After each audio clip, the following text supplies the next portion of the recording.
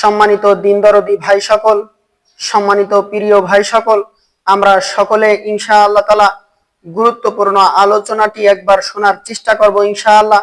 আশা করি অনেক লাভ হবে ইনশাআল্লাহ।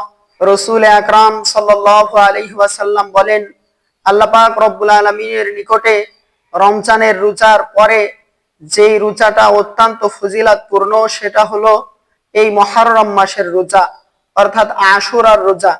রাসূল আকরাম সাল্লাল্লাহু আলাইহি ওয়াসাল্লাম আরো বলেন, আল্লাহ পাক রব্বুল আলামিনের মাস অর্থাৎ মুহররম মাস, এই মুহররম মাসে যদি কেউ রোজা রাখে আল্লাহ পাক রব্বুল আলামিন তার জীবনের পিছনের 1 বছরের গুনাহ মাফ করে দেন।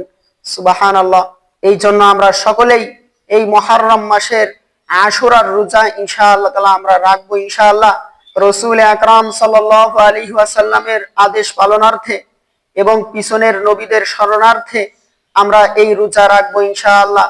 রাসূল আকরাম সাল্লাল্লাহু আলাইহি ওয়াসাল্লাম আরো বলেন, قال رسول الله صلى الله عليه وسلم صوموا يوم عاشوراء وخالفوا اليهود وصوموا قبلها يوما وبعدها يوما। তোমরা এই আশুরার দিনে রোজা রাখো এবং ইহুদিদের বিরোধিতা করো, অর্থাৎ একদিন আগে এবং একদিন পরে একটা রোজা রাখো। রাসূল আকরাম সাল্লাল্লাহু আলাইহি ওয়াসাল্লাম আশুরার দিনে রোজা রাখার কথা বললেন এবং ইহুদিরা যা করে আমরা তা করব না, এটা রাসূল আকরাম সাল্লাল্লাহু আলাইহি ওয়াসাল্লাম আমাদেরকে বললেন। অর্থাৎ ইহুদিরা আশুরার দিনে রোজা রাখে একটা, আমরা রোজা রাখবো দুইটা।